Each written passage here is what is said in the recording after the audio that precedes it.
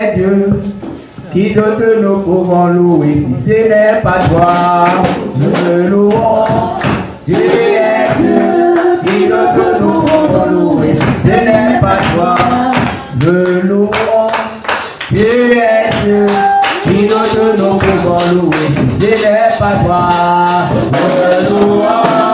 Dieu est Dieu, qui d'autre nous pouvons louer si ce n'est pas toi?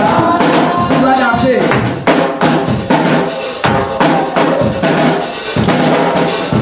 Nous louons, Dieu est Dieu, qui d'autre nous pouvons louer si ce n'est pas toi? Nous te louons, Dieu est Dieu, qui d'autre nous pouvons louer si ce n'est pas toi? Nous te louons, Dieu est Dieu, qui d'autre nous pouvons louer si ce n'est pas toi? Nous te louons, Dieu est Dieu, qui d'autre nous pouvons louer si ce n'est pas toi?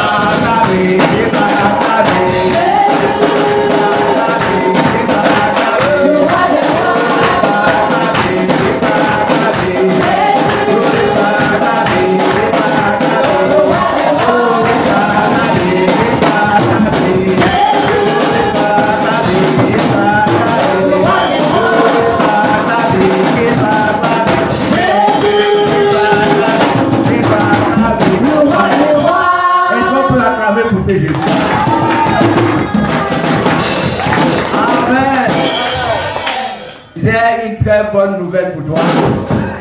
La bonne nouvelle est que tu seras enlevé. C'est que tu seras enlevé. La bonne nouvelle est que tu dois habiter dans une cité où il n'y aura plus de pleurs, il n'y aura plus de mort, il n'y aura que la joie. La bonne nouvelle est que tu verras le Seigneur Jésus. Ah, tu verras Abraham. Tu verras Isaac. Tu verras Jacob. Tu verras Pierre.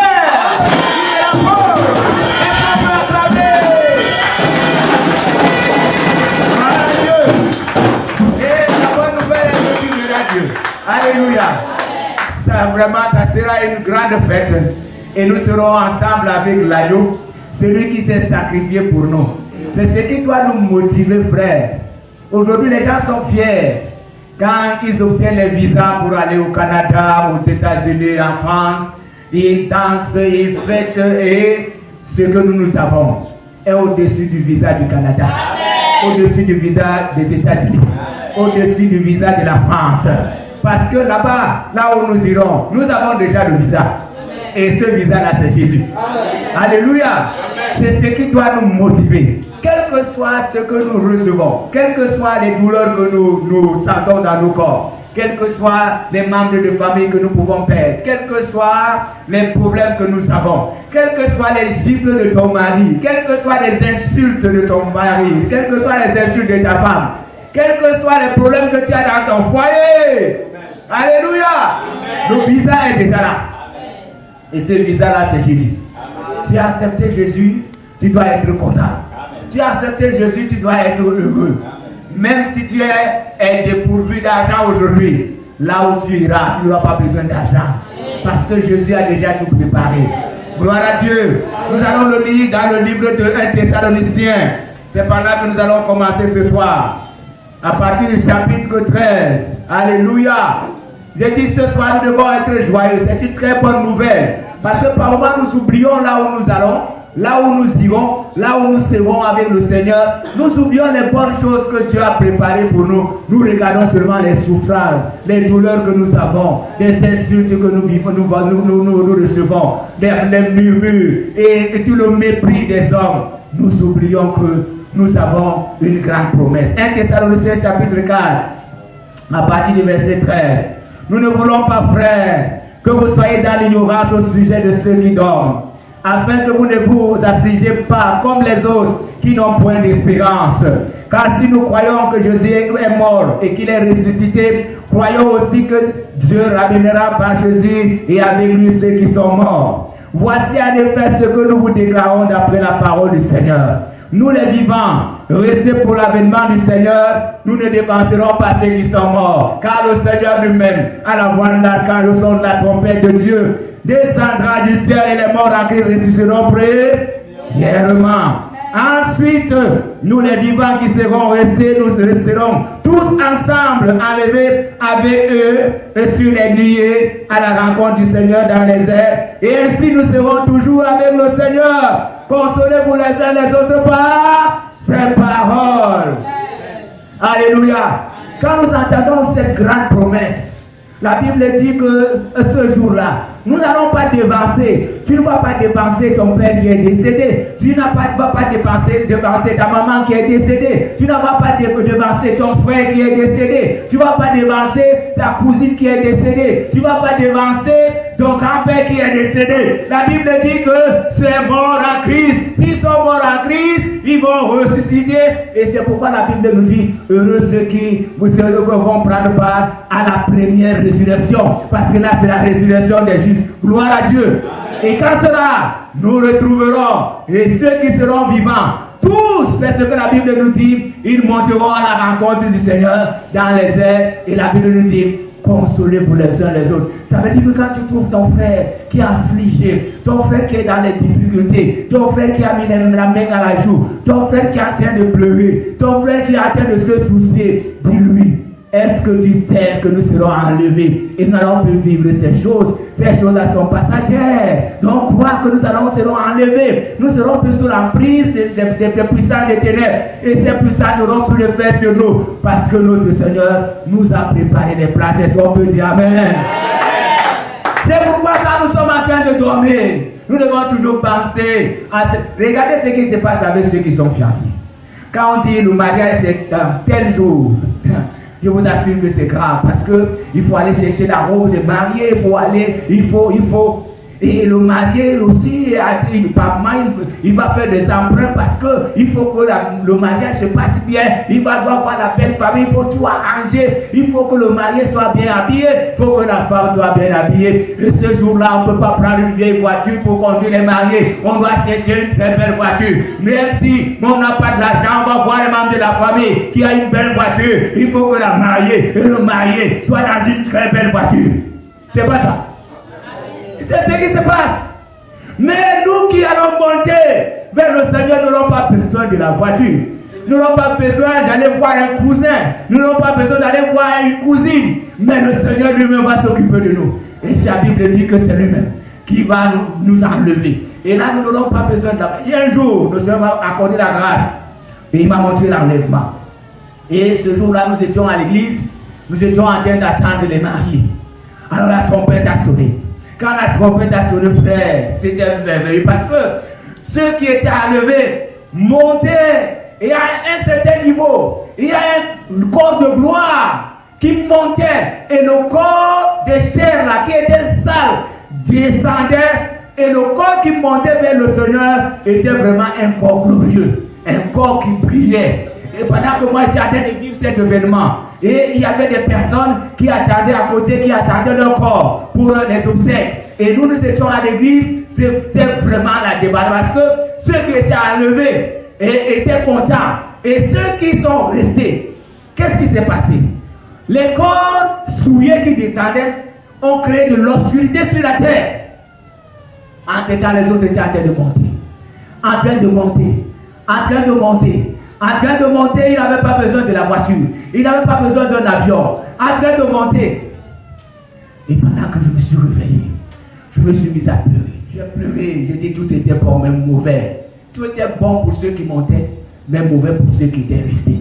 Parce que ceux qui sont restés étaient en train de s'agiter. Et c'est à ce moment que d'autres se rappelaient que dans la Bible, il est écrit qu'il y aura un enlèvement. Il y a certains qui étaient en train de s'agiter. Ils ne pouvaient pas monter. Ils ne pouvaient pas monter. Parce que c'était comme un aimant qui attirait. C'est comme s'il y avait un aimant au ciel qui tirait ceux qui étaient en bas et qui montaient et qui montaient. Ce n'est pas n'importe qui pouvait monter. Ce jour-là, tout était bon. Mais mauvais pour ceux qui étaient restés. C'est pourquoi, frère, avec de telles promesses, nous ne devons pas nous concentrer seulement sur ces choses passagères qui nous prennent tellement de temps aujourd'hui. Et c'est là où nous sommes tellement accrochés. Le matin, on se lève. On se lève. Moi, ma maman vit encore, gloire à Dieu. Mais je n'ai pas encore vu ma mère se reposer. Quand je vais en congé, elle est toujours en train de travailler. C'est-à-dire que le matin, elle se relève. Quand elle se lève, c'est le bruit qu'elle fait qui nous réveille. Et elle se met au travail. Pendant qu'elle est en train de travailler, elle prépare, elle doit aller au champ, elle doit préparer à manger. Et dès qu'elle sort, elle donne les ordres aux enfants, aux petits-fils. Elle s'en va au champ. Dès qu'elle revient, elle est toujours en train de travailler. À 18h, elle est toujours en train de travailler. À 20h, le sommeil est en train de déranger. Et c'est après qu'elle part au lit. Malgré elle, parce que le sommeil est là. Maman, mais il faut trouver le temps pour te reposer. Et elle va se reposer comment?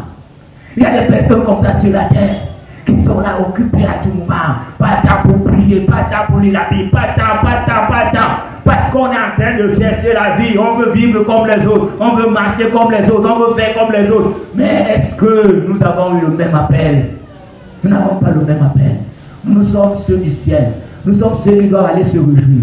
Même si aujourd'hui sur la terre, nous ne sommes pas contents à un certain niveau. Parce que peut-être nous sommes en train de refuser ce que le monde nous propose. Ça nous attriste un peu, pardon.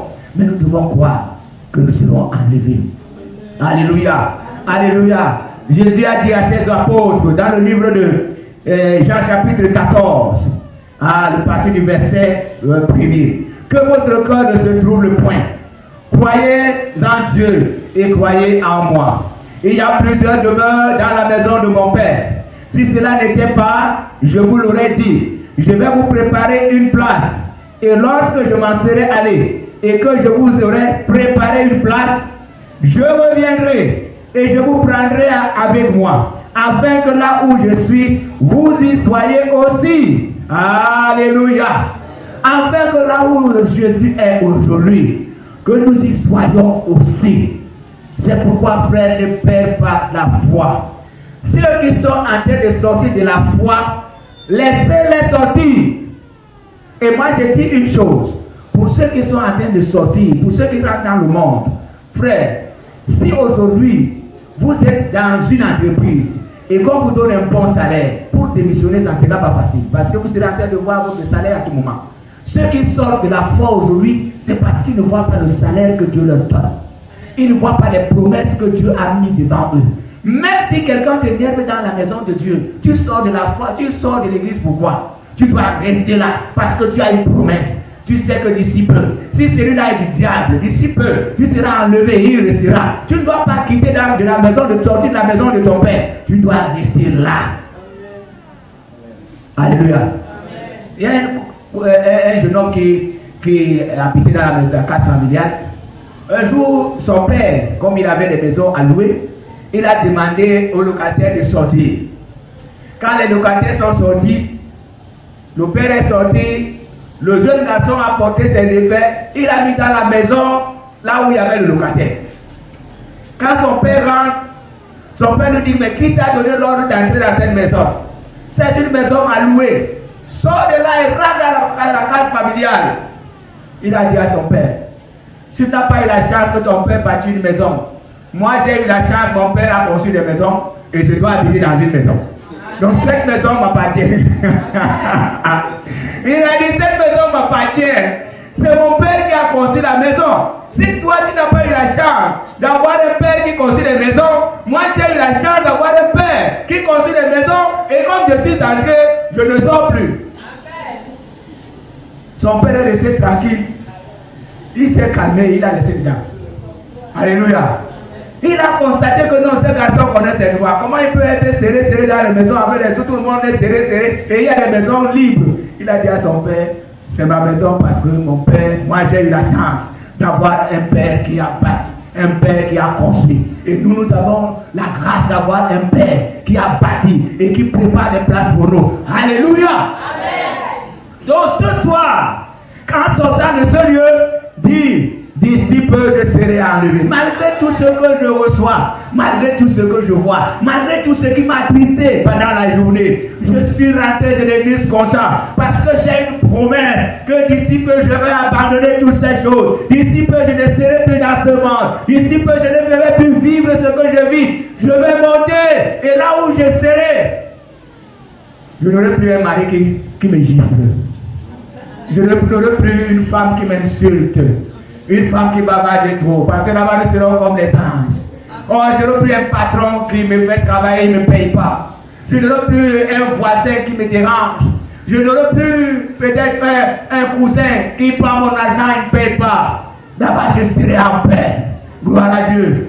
Nous n'aurons plus les afflictions que nous avons aujourd'hui dans les foyers. Les enfants vous font souffrir, les enfants vous font bavarder. Vous les demandez d'aller à l'église. Ils ne veulent pas. Laissez-les. Continuez à prier le Seigneur pour eux.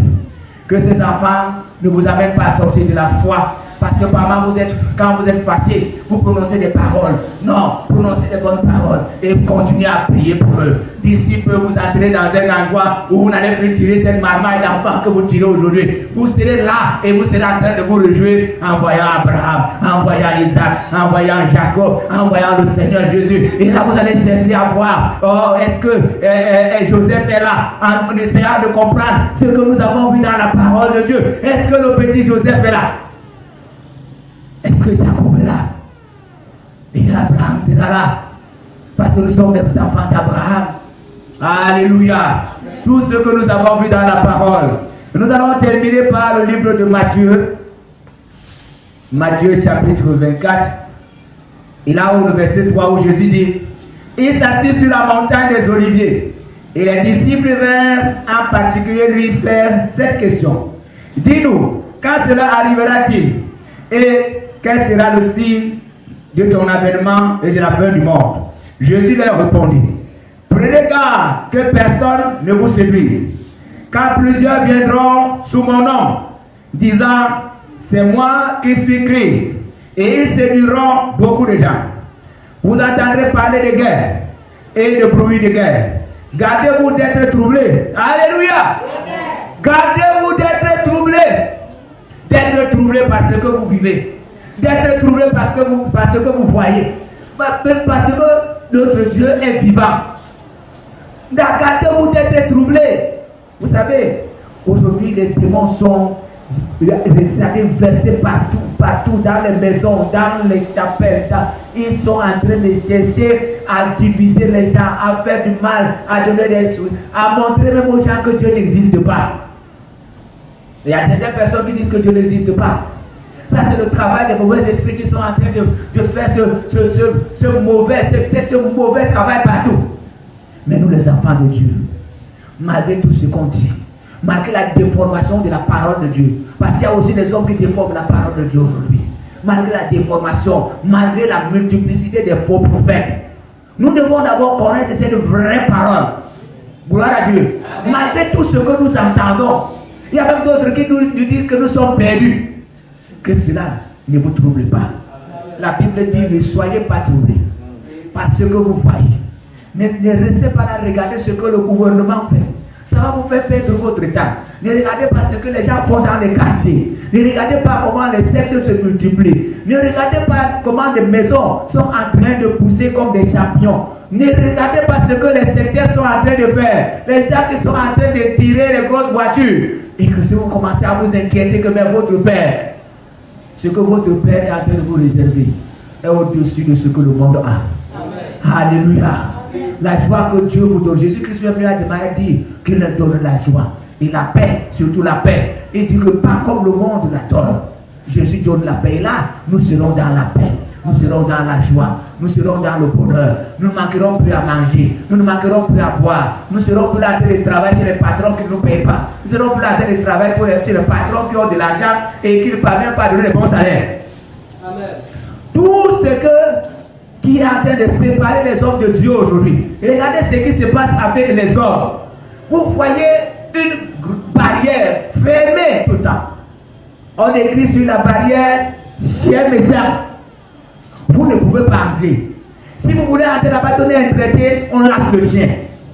Mais le jour où la mort entre dans cette maison, toutes les barrières, toutes les portes s'ouvrent. Même les portes des chambres. Je ne sais pas si vous avez constaté comme ça. Mais je dis toutes les portes s'ouvrent. Nous allons chanter comme les anges. Nous allons louer avec les anges. Et nous verrons notre Seigneur Jésus qui nous a sauvés. Alléluia. Amen. Que le Seigneur vous bénisse. Amen. Et vous pouvez rentrer à la maison. Tchabla, tchabla. Pour dire Alléluia.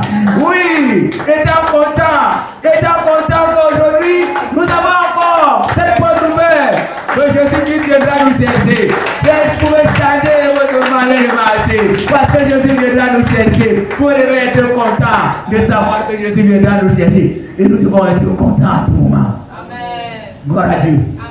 Les problèmes et les difficultés que nous avons sont comme des ingrédients qu'on met dans la sauce.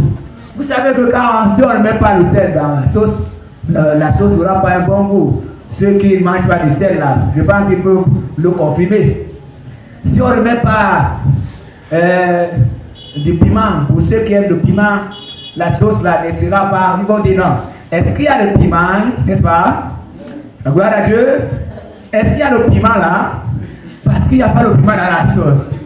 Gloire à Dieu. Gloire à Dieu. Tout ce que nous avons. Est-ce que vous avez déjà vu une sauce? Quand on dit qu'il y a la sauce, il doit avoir au moins le poisson dedans ou la viande.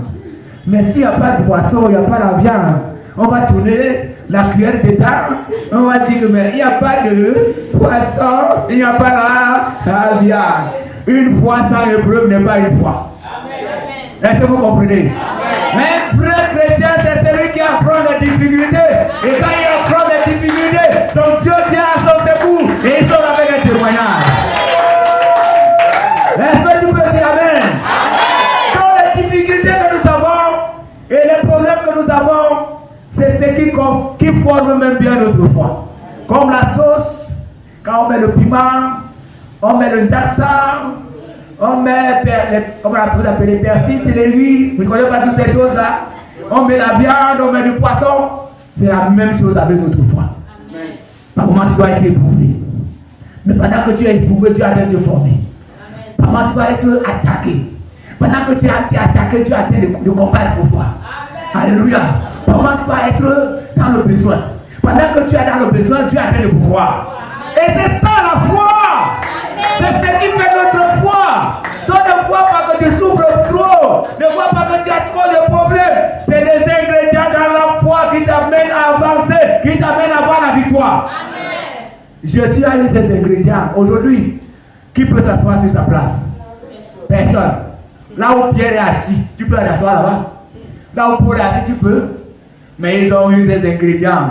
On les a fouettés. Ils ont Paul a été, qu'on l'a fouetté, pas mal le lapidait. Pierre a été crucifié. C'est parce que Dieu n'était pas là, mais Dieu voyait.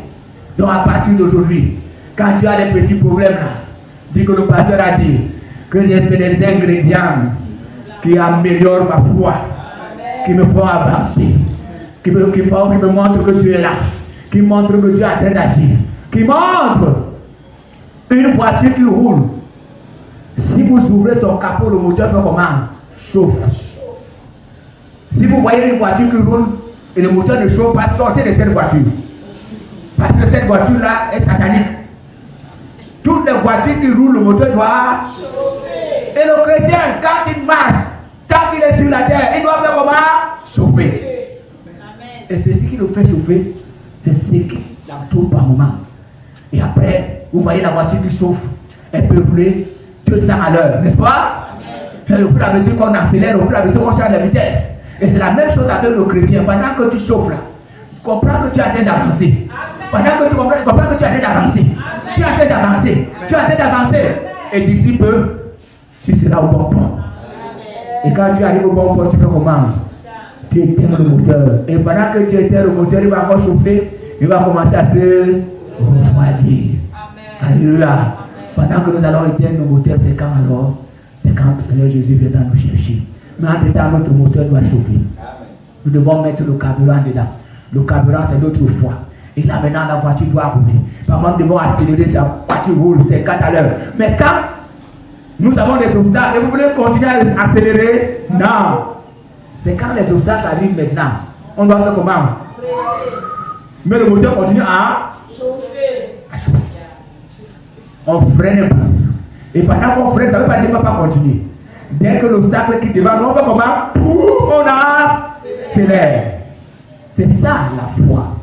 Donc ce soir, nous devons sortir en vainqueur. Et chacun de nous, pendant que nous serons en train de sortir, tchakala, tchakala, tchakala. Alléluia. Alléluia. Alléluia. Et que chacun de nous sorte de cette salle victorieux. En espérant qu'un jour, nous ne verrons plus tout ce que nous sommes en train de voir aujourd'hui. Tu es né dans une famille. Même si cette famille est n'importe comment, même si cette famille est pauvre ou riche, toi tu es l'élu du Seigneur. À travers toi, il faut que ta famille voie Dieu à l'œuvre. À travers toi, il faut que les âmes entrent dans la maison du Seigneur. À travers toi, il faut que la puissance de Dieu se manifeste. Si toi aujourd'hui tu ne fais rien, quand la famille pleure, tu pleures. Quand la famille gémit, tu gémis. Où est la différence? Tu dois comprendre que c'est les ingrédients. Les ingrédients qui t'entourent. Au fur et à mesure que tu avances, au fur et à mesure que tu t'approches du port. Alléluia. Au fur et à mesure que tu avances, au fur et à mesure que tu franchis la ligne d'arrivée. Ce que nous devons faire aujourd'hui, donnons à Dieu son temps. Ne laissons plus le travail nous avaler. Pour ceux qui sont personnels, réservez un temps où vous devez arrêter ce que vous faites et donner gloire à Dieu. Pour ceux qui travaillent dans des entreprises, donnez du temps à l'entreprise, mais quand vous êtes libre, donnez aussi du temps à Dieu, à chercher Dieu, à marcher avec Dieu et à servir Dieu. Est-ce que l'on peut dire amen? Tout ce que vous avez dans les entreprises, là, tous les problèmes que vous avez, c'est des ingrédients. Des ingrédients, c'est des ingrédients. Et c'est ce qui fait l'ensemble de notre foi. Et pendant que nous sommes en train de marcher, nous devons marcher en vainqueur. Attention, si tu marches en vaincu, tu ne pourras pas arriver. Parce qu'un vainqueur, c'est celui qui croit qu'il a la victoire. Regardez un enfant. Dernièrement, j'ai posté une vidéo sur mon statut, je ne sais pas si vous avez vu ça. Il y avait un jeune homme placé sur un mur. Son père et sa mère étaient en bas. Et son père lui a demandé de sauter. L'enfant n'a pas réfléchi que son père peut l'attraper ou pas. L'enfant a sauté de là où il était. Et son père l'a attrapé. C'est ce que nous devons faire, frère. Nous ne devons pas voir la grandeur de nos problèmes. Sautons et Dieu va nous embrasser. Nous ne devons pas voir la grandeur de nos situations. Notre Dieu est grand plus que toutes ces situations. Ce sont des ingrédients de la foi. Quand tu vas sauter, ton Dieu va mettre la main. N'est-ce pas, il a dit que les anges te porteront. Les anges te porteront, frère. Donc cesse de te lamenter. Et à partir de ce soir, ne baisse plus ta tête. Lève ta tête. Et chante pour Dieu. Lève ta tête. Et sois content. Lève ta tête. Et marche tchakala, tchakala. Alléluia. Lève ta tête. Ne marche plus comme quelqu'un qui n'a pas un père. Ne marche plus comme quelqu'un qui mendie. Ne marche plus comme quelqu'un qui est désespéré. Mais marche comme quelqu'un qui a la victoire. Regardez ceux qui combattent. Ils passent des temps d'entraînement. Ceux qui jouent au football, ils ont des moments d'entraînement. Vous voyez, ils ne peuvent pas quitter de la maison pour le stade. Ils ont des séances d'entraînement. Les boxeurs ont des séances d'entraînement. Parce qu'ils savent qu'ils doivent affronter peut-être quelqu'un de plus fort ou moins fort que lui. Et ils font des séances d'entraînement. De même, nous les chrétiens, nous devons avoir nos séances d'entraînement. Parce que celui qui combat, il espère toujours qu'il va gagner. C'est pas ça? espère toujours. Même si celui qui est devant lui est plus fort, il espère. Et il a un coach, quelqu'un qui lui dit, il faut donner un coup au ventre. Il faut le fatiguer en donnant des coups sur les côtes. Il faut. Il a quelqu'un qui attend de guider.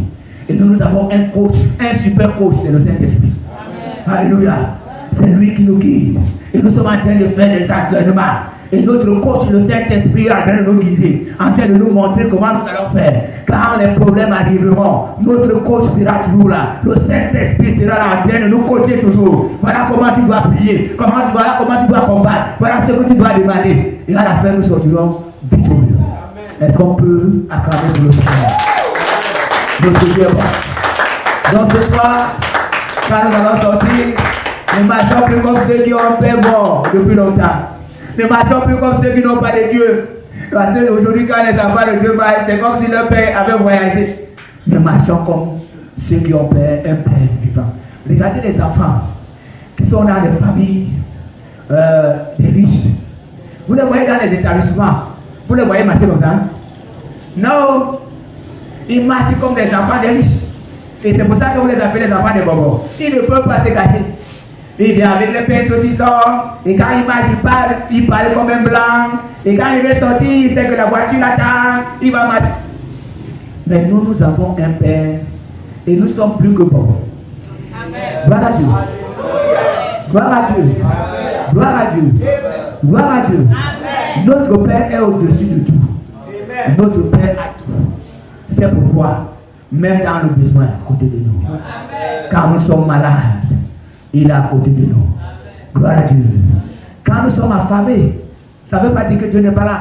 C'est les ingrédients de la foi. Notre Dieu est là. Quand nous sommes éprouvés, c'est les ingrédients. C'est l'ingrédient de la foi. Notre Dieu est là. Quand il y a peu les chantiers, pour ceux qui font les chantiers, notre Dieu est là. Alléluia. Que le Seigneur vous bénisse. Amen. Que le Seigneur vous bénisse. Amen. Et que la bonne nouvelle demeure en vous ce soir. Amen. Et que la bonne nouvelle vous accompagne à la maison. Est-ce que nous pouvons acclamer pour ce Dieu? Sois béni Seigneur pour ce que nous avons entendu ce soir. Qui peut remercier le Seigneur? Alléluia. Sois béni mon Père parce que nous avons entendu ce soir que tu viendras nous enlever. Nous avons tant pleuré. Nous n'avons pas su Seigneur que ce que nous avons comme problème forme les ingrédients de notre foi. Ce qui nous amène à avancer. Nous avons appris aujourd'hui que quand la voiture roule, Seigneur, elle chauffe. Et quand elle s'arrête, ça ne veut pas dire qu'elle ne peut pas rouler. Seigneur, nous te bénissons pour ce que nous avons entendu. Et nous voulons sortir, oh Dieu, ce soir et marcher, Seigneur, de gloire en gloire, de victoire en victoire. Nous avons pleuré hier, nous avons gémi hier, Seigneur. Mais nous avons oublié que tu as tout ce qu'il nous faut. C'est pourquoi nous te promettons ce soir de reprendre la foi et de marcher selon tes principes et d'espérer à ce jour où tu viendras nous chercher, où tu viendras, oh Dieu, nous enlever. Nous te supplions, notre Dieu. Tu es le Dieu qui ne change pas. Je prie, Seigneur, pour tous ceux qui ont suivi le message, pour ceux qui, notre Dieu, ont été édifiés ce soir, pour ceux qui sont éprouvés et qui ont compris ce soir que c'est les ingrédients de la foi. Nous avons besoin de toi, Seigneur, parce que pour que notre foi soit, notre Dieu, une foi meilleure, il faut ces ingrédients. C'est pourquoi nous te supplions. Nous avons vu la vie des apôtres, nous avons vu la vie de Jésus. Seigneur, notre Dieu, nous te rendons grâce, parce que nous savons, Père, que tu es avec nous. Merci pour ceux qui ont écouté le message. Bénis les Seigneur, notre Dieu, au nom de Jésus-Christ. Sois béni, mon Père. Au nom de Jésus, nous prions. Amen.